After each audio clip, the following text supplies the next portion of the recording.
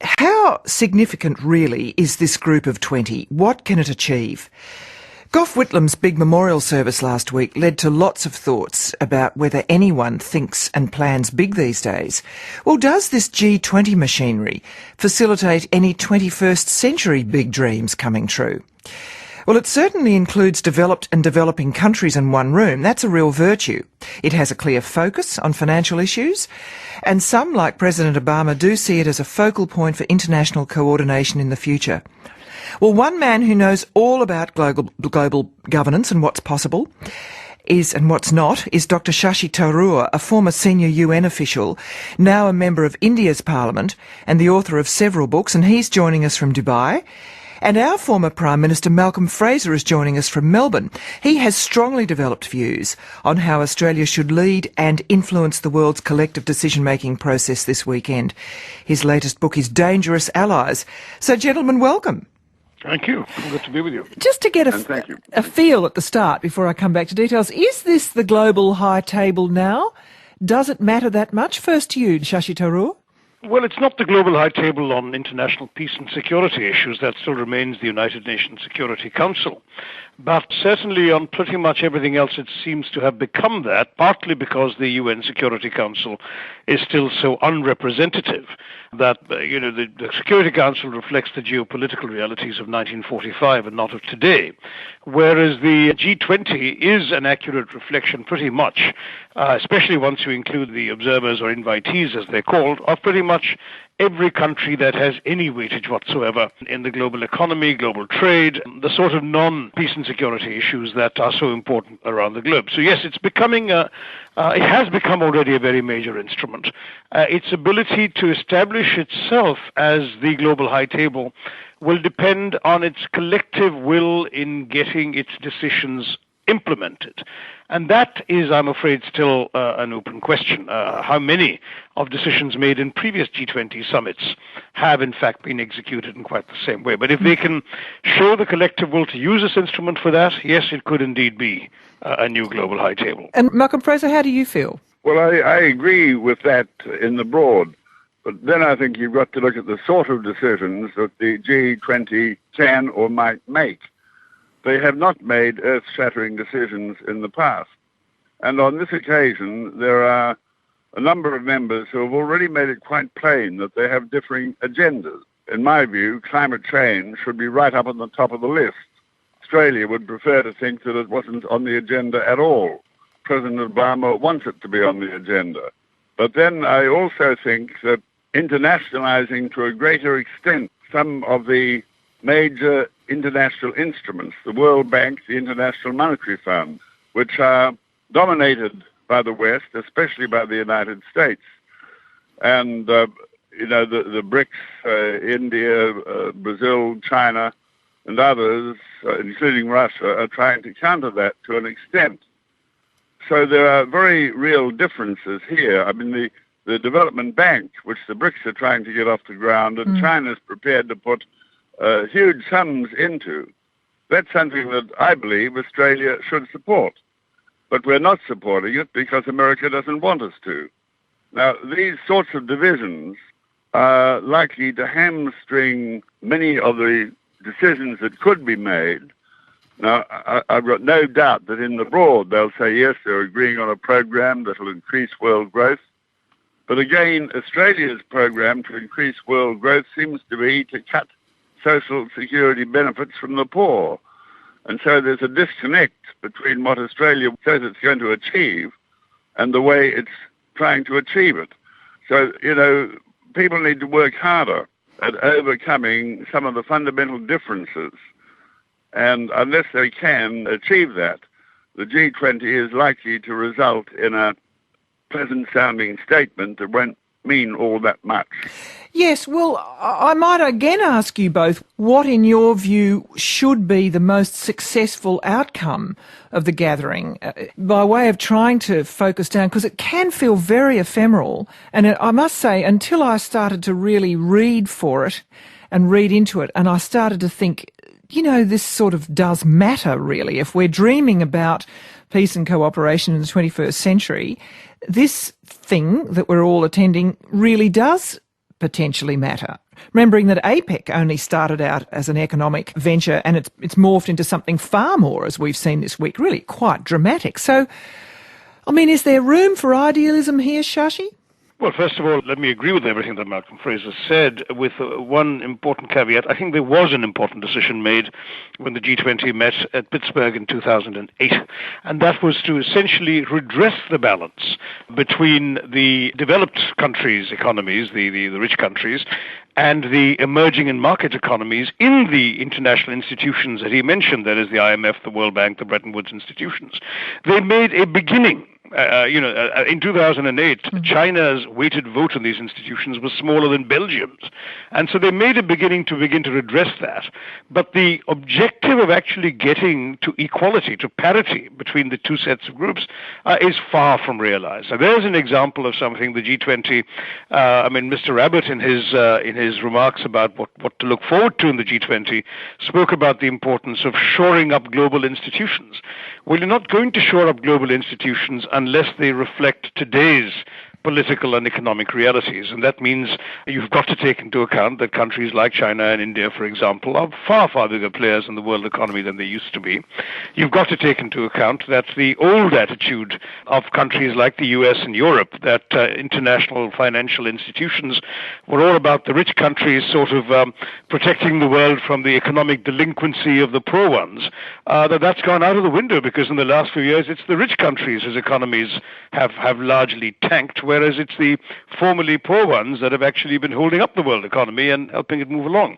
So we need to see some real progress on that, and that would be a lasting achievement if they can retrieve their 2008 decision, make it stick, push it forward, and have it implemented. And Malcolm Fraser, an ideal outcome for you, which would amount to a re-energised G20? Well, I would agree. The proposals that Sushi's just put forward, I would support 100%. But I don't really see that coming out of this particular conference. There are too many tensions, too many difficulties. Different nations have different purposes, different priorities. And to cap it all, the host or the chairman's role with President Putin has hardly been conducive to a cooperative outcome over the next few days. Let's put it no higher than that. But if we're not going to have the voting capacity of the World Bank and the Monetary Fund redressed so that India, China and Brazil and others are properly represented, then it is inevitable that parallel institutions will be established, because they now have the resources to do that. And I, for one, believe that Australia should support that move, even if it would only bring a bit of pressure to bear on redressing the imbalance of the traditional financial institution. But I suppose, in a way, what these events do achieve, as Greg Earle from the Financial Review wrote the other day, it'll be an intense exercise in what Winston Churchill once colourfully described as jaw rather than war, which is always better, in which, in effect, people are exposed to each other, learn to talk to each other, learn about the changing flow of power in the world. I mean, from your experience at the UN, Shashi Tharoor, is something substantial achieved just by virtue of that? I think a lot of Australians look on and think, what? Let's put words to what is achieved. Yeah, well, I actually am a votary of the importance of jaw. I actually wrote an op-ed in the New York Times a decade ago arguing that talk as an end in itself was not a bad thing, which got me into a fair amount of hot water with some American diplomats. But having said that... Why? What was the matter with that thought? Because I was, in fact, specifically referring to attempts that we were making at the United Nations to get Israelis and Palestinians to talk to each other. And the counter-argument was, well, talk achieves nothing, the terror is a real issue, etc. Well, be that as it may, when you look at global issues, We're nowhere near war. I mean, the 20 countries meeting in Brisbane have 85% of the world's economy between them and 75% of world trade. So they're already in touch with each other, and there's no shortage of summits. This week alone, they've got APEC to go to. They've had the ASEAN summit. They've got so much else where they can meet and talk. So I don't think we need another talk shop at that level just for the sake of talking, even though I'm a fan of the usefulness of talking. If they had no other forums, I'd be all the more in favor. But because they have multiple forums, to create a forum at this exalted level, it has to be useful, and that's where I make common cause with what Malcolm Fraser said. You've got everybody who matters in the world around the table, get them to make some real decisions. Mr. Abbott speaks about strengthening the private sector to promote growth. Well, there's no real argument there anymore. I mean, not even the Russians, who used to be the last defenders of state capitalism, are really in that business anymore. Everybody is now completely opened up to the private sector, as is China. India is much more private sector friendly, and so on. His second suggestion was making the world economy more resilient to future shocks. But again, that's something which cannot be done without the third objective of shoring up the global institutions to give everybody a stake in it. There is a very real danger, as we've seen with the Chinese and the Indians announcing this new development bank under the BRICS aegis, that countries, the 5 BRICS countries, if they felt they didn't have any useful weight in the Bretton Woods institutions, they're now going to go off and set up their own bank. The Chinese are going to be willing to capitalize it. It's going to be headquartered in Shanghai. Its first president is going to be an Indian. Well, where does this leave the Bretton Woods institutions? And don't forget, the BRICS countries by 2040 will collectively account for a larger share of the world economy than the current G7. So if that's where we're going to be, then in fact those institutions, what might become called the Shanghai institutions, will become far more important than the Bretton Woods ones. Well, what does that do for shoring up global institutions or strengthening the world economy? It may actually give us a divided world economy. So what I'm concerned about is that today's world leaders do not appear to be seeing the great urgency of finding common ground through useful practical decisions that they can effectively implement. My big worry, and indeed something I'm going to be writing about in a book in the next couple of years, is that we've created wonderful global institutions after 1945. They kept the peace, they prevented a third world war, and they helped to manage the global economy, prevent another Great Depression. But at the end of all of that, they've now become out of date. And if we don't actually renovate them, refurbish them, revive them, to create institutions relevant for our era in the second decade of the 21st century, we might be staring anarchy in the face and discover it too late that our leaders of today didn't have the imagination to anticipate this need. That's my big worry. Well, that's a significant worry, Malcolm Fraser. You've had another set of worries for Australia, which you've been talking about lately, but I mean, do you share that rather dark? No, I share those concerns, but I take a slightly different view of establishing a separate competitive World Bank headquartered in Shanghai and motivated primarily by China and by India, Brazil and some other important emerging countries.